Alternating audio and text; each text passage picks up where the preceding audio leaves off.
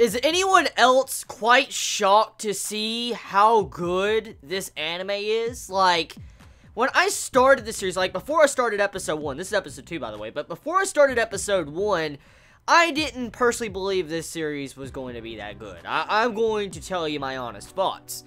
Before I started episode 1, I didn't think it was going to be that good, because usually, if history repeats itself, or if I know history, when a series either has a long title, like, is it wrong to pick up a girl in a dungeon, or it has some form of tags or description of the way it was done, usually the series doesn't turn out to be that good. But, bitch slap me now. Just bitch slap me now. Just do it, okay? I'm just saying right now, this episode, I think it's Don Machi, yeah, it's Don Machi or whatever. I'm just gonna call it Dungeon Girl because it's a lot easier for me. I'm just gonna call it Dungeon Girl. So, anyways, Dungeon Girl episode 2.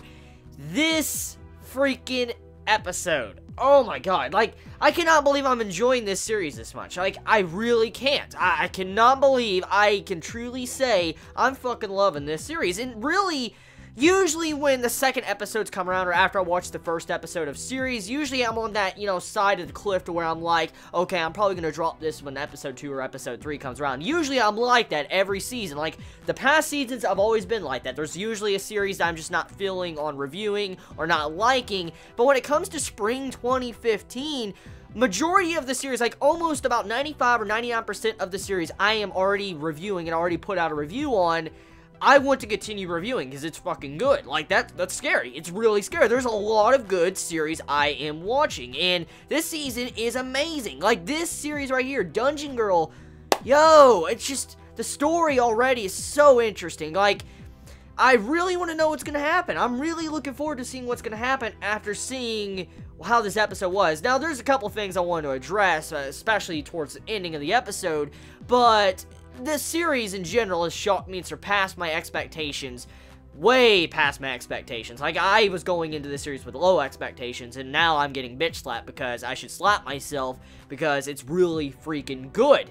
Now, of course, the series is not going to be for everyone. Of course not. This series is not going to be for everyone because it depends on taste, your taste in music, animation, comedy, whatever. It just depends on your taste in anime. So, of course, Dungeon Girl is not going to be for everyone. Maybe it's just the right amount of certain themes that I'm just getting addicted to the series. I have no idea.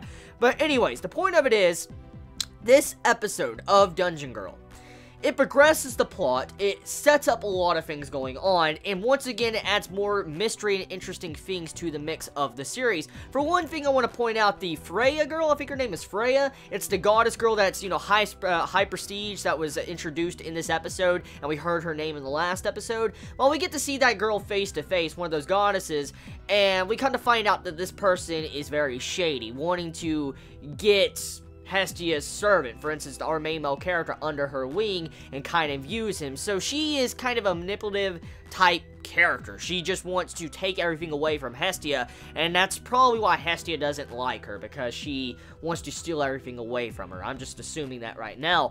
So, with that overall setup and the conclusion of how she freed that gorilla thing at the end of the episode, I wonder where it's going to lead to in the next episode, because we're left on a cliffhanger to where our main male character is about to face off against this giant gorilla, white-haired gorilla, and he didn't get the weapon from Hestia. Like, the episode ends, he's right at the door, he turns his back to Hestia, and then, he's about to go fight the gorilla, and he's like, Hestia, you need to go run, save yourself, and stuff like that. So, here's the thing I want to address.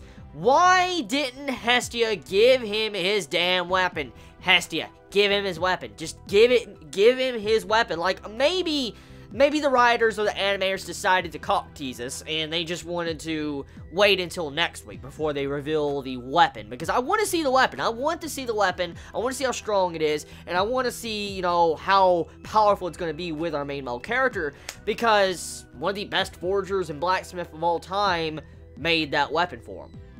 So, yeah, I'm looking forward to finding out how it's going to be. So, I'm kind of upset how it wasn't revealed this episode and how Hestia didn't hand it to him. But most likely, she's going to hand it to him next week through the gate door. She's probably just going to slide it through, like, here you go. Before you go off and fight this thing to the death, here's your weapon.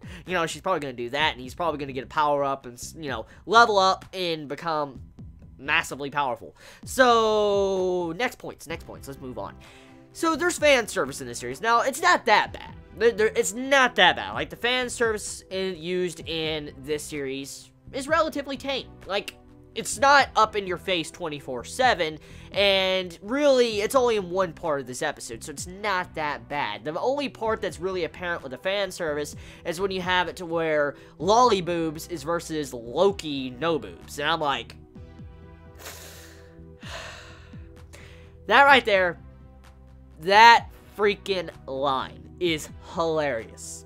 Lolly Boobs, even this adult Loki is like Loki No Boobs. I was gonna say Lolly No Boobs, but yeah, that's the point I'm getting at. That right there, wow.